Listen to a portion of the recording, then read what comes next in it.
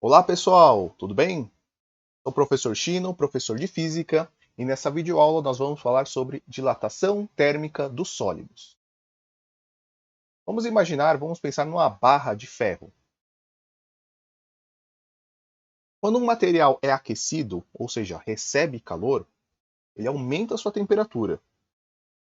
Da definição de temperatura, a temperatura é o grau de agitação das partículas, dos átomos e moléculas que constituem esse tipo de objeto, esse tipo de material. Ou seja, quanto mais a gente esquenta esse material, maior é a temperatura. Com isso, o que vai acontecer? Vai acontecer que a distância entre essas partículas, entre átomos e moléculas, também aumentam. Isso é a dilatação térmica.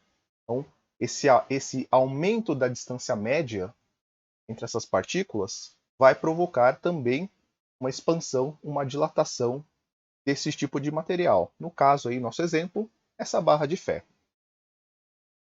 No estudo de dilatação térmica, no ensino médio, a gente separa em três categorias, em três tipos.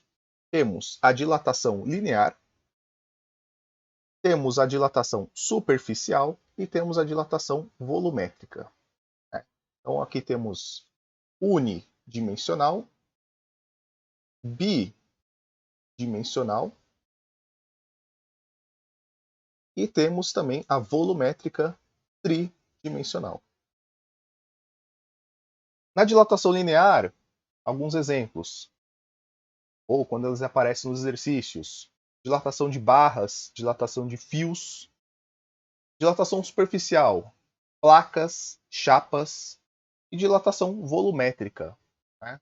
Por exemplo, alguns sólidos geométricos lá da geometria espacial, ou também podemos aplicar a outros estados físicos, como líquidos e gases. Então vamos estudar agora a dilatação linear. Então aqui embaixo temos a nossa barra de ferro em duas situações diferentes. Então vamos dizer que quando ela está pequenininha, vamos chamar aqui de L0. Esse será o comprimento linear inicial. Tá? E aqui, vamos colocar que isso aqui está em metro, considerando uma medida padrão para comprimento. Então esse aqui é o comprimento inicial.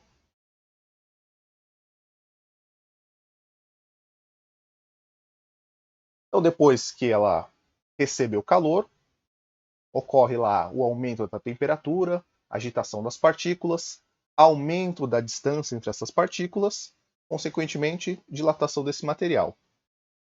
Então vamos falar agora que ele está num comprimento final, L, ou se preferir, LF, né? Também em metro.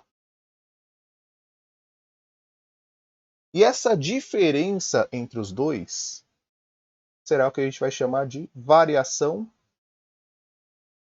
do comprimento linear, ou variação linear. A dilatação, então, ela vai depender desses intervalos de temperatura, da temperatura inicial e final, e também do tipo de material, da sua composição química. Então, existe o chamado coeficiente de dilatação linear para o ferro, para o aço, para um vidro, para a madeira e assim por diante. Então, existe os chamados coeficientes de dilatação dos materiais. E também esse coeficiente de dilatação está relacionado com o tipo de dilatação, se ele é linear, superficial ou volumétrica. Então, para calcularmos a dilatação linear, escrevemos ΔL é igual ao comprimento inicial vezes alfa. Alfa será o símbolo do coeficiente de dilatação linear para os materiais, vezes a variação de temperatura.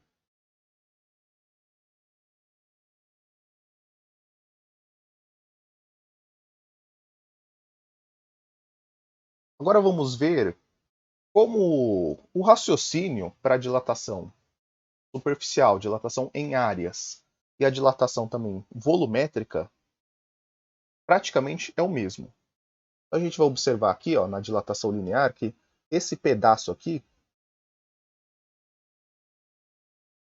que é o nosso ΔL.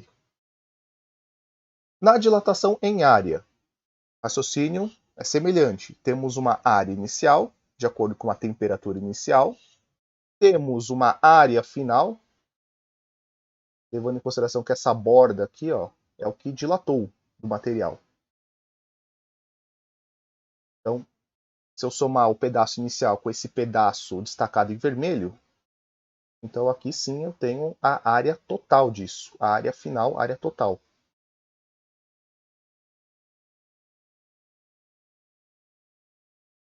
Então, podemos escrever aqui ΔA. Alguns lugares, às vezes coloca como ΔS, como dilatação superficial. Então, às vezes de usar a letra A de área, eles colocam S. Por opção, eu prefiro A, porque é mais fácil de lembrar que é uma dilatação em área. ΔA é a área inicial vezes beta vezes ΔT. O coeficiente de dilatação superficial a gente simboliza com a letra beta. É porque existe uma relação entre os coeficientes linear, superficial e volumétrico. No caso, a relação entre beta e alfa é que beta é 2 vezes alfa. E temos a dilatação volumétrica, aqui representada por um cubo. Então aqui também temos um volume inicial e aqui um volume final.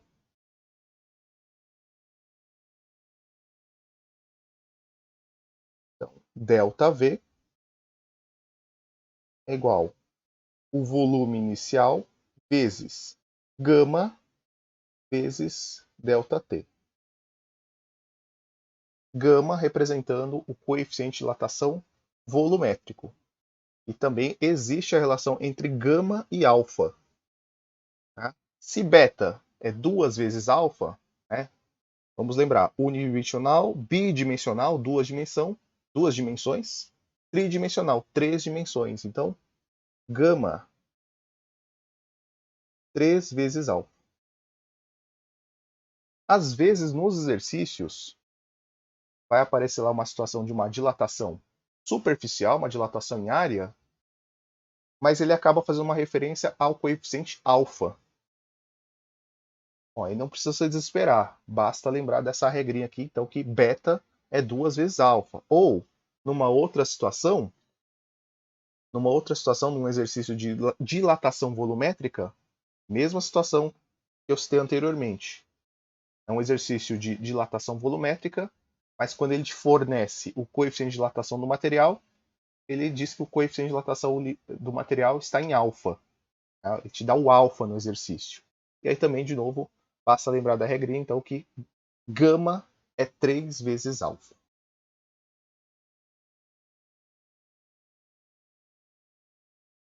Se você comparar as três fórmulas, vai ver que o raciocínio entre as três é o mesmo. Então, a dilatação daquela dimensão, seja linear, superficial, área ou volumétrica, é igual. Aí eu levo em consideração qual que era o seu tamanho inicial, seu comprimento, sua área ou seu volume inicial. O coeficiente de dilatação, alfa, beta e gama, e a variação de temperatura. Matematicamente, a estrutura das três fórmulas, das três equações, é a mesma. O que muda é a interpretação de acordo com cada tipo de dimensão: linear, superficial e volumétrica. Uma outra forma de que essas fórmulas podem aparecer, porque os exercícios às vezes podem pedir: calcule a variação do comprimento linear da barra. Ou de repente o exercício quer saber qual é o comprimento final da barra. Então existe uma outra forma de analisar essas fórmulas. Bom, delta. O delta na física é o que a gente chama de taxa de variação. é o valor final menos inicial. Então a gente pode escrever dessa forma. L menos L inicial é igual L inicial vezes alfa vezes a variação de temperatura. Aqui também vale o mesmo raciocínio. A variação de temperatura é a temperatura final menos a inicial. Bom, como a gente tem a repetição do comprimento inicial do lado esquerdo e do lado direito, cuidado que aqui a gente não vai cancelar nada. Então, toma cuidado. Algumas vezes essa fórmula pode aparecer desse jeito. Comprimento final é o comprimento inicial vezes 1 mais alfa delta t. E aí, quando você acaba fazendo a distributiva desses termos aqui, volta o que era antes. Tudo bem? O mesmo raciocínio é válido para as outras duas fórmulas. Eu vou colocar já a forma final aqui. Então, a área final é igual à área inicial vezes 1 mais beta delta t. E para a dilatação volumétrica, o mesmo raciocínio.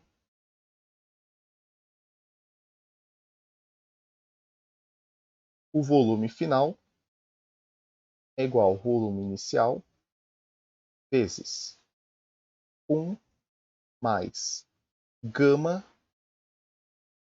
delta t.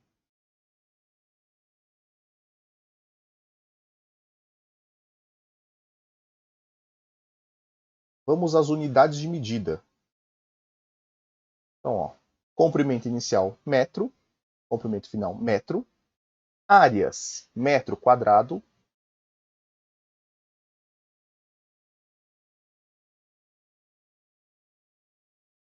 metro quadrado, e volume metro cúbico.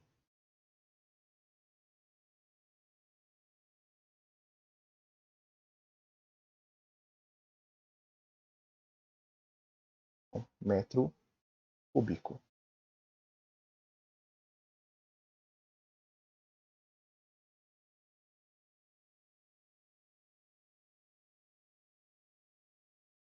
As temperaturas em graus Celsius.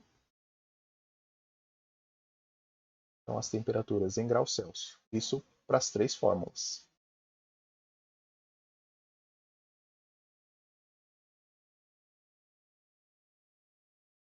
E por fim, o coeficiente de dilatação dos materiais. Por exemplo, como a gente estava citando o ferro, só para vocês terem uma ideia, o coeficiente de dilatação do ferro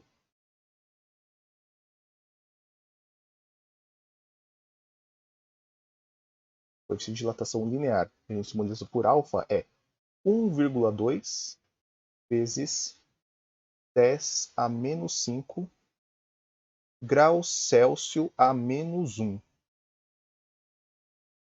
Então, essa é a unidade de medida para os coeficientes de dilatações dos materiais, graus Celsius a menos 1. E geralmente eles são valores dessa forma, utilizando notação científica e base de 10. Tudo bem? Pessoal, muito obrigado pela atenção. Espero que vocês tenham gostado.